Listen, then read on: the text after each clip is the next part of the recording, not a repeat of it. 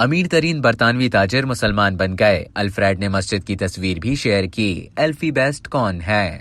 برطانیہ کے معروف اور امیر ترین تاجر الفریڈ ولیم بیسٹ عرف ایلفی بیسٹ نے اسلام قبول کر لیا۔ غیر ملکی خبر رساں ادارے کے مطابق mobile home park company wild crest parks کے موجودہ چیئرمین اور دنیا کے امیر ترین افراد میں سے ایک الفریڈ ولیم بیسٹ بھی کلمہ پڑھ کر دائرہ اسلام میں داخل ہو گئے۔ کچھ ماہ قبل ایلفی بیسٹ کی جانب سے مسجد سے ایک تصویر شیئر کی گئی تھی جس کا کیپشن درج تھا کہ جسے اللہ ہدایت دے اسے کوئی گمراہ نہیں کر سکتا اور جسے اللہ گمراہ کر دے اسے کوئی ہدایت نہیں دے سکتا۔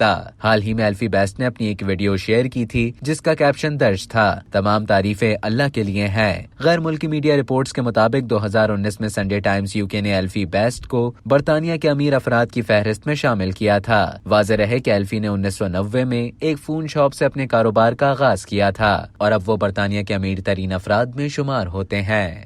اب تک کے لیے اتنا ہی۔ مزید خبروں اور نیوز اپڈیٹس کے لیے ڈیلی جنگ کے YouTube چینل کو سبسکرائب کریں اور فیس بک کے پیج کو لائک کرنا نہ بھولیں۔